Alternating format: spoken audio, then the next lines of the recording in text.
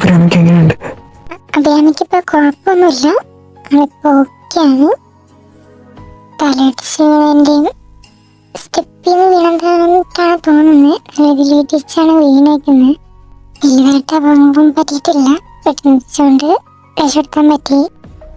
ടെൻഷനൊന്നും എടുക്കണ്ട, ആൾ ഓക്കെയാണ്. കുറച്ച് കഴിയുമ്പോൾ വാട്ടിലിട്ട് മാറ്റും, അപ്പം തനിക്ക് പോയി കാണാം. Thank you doctor.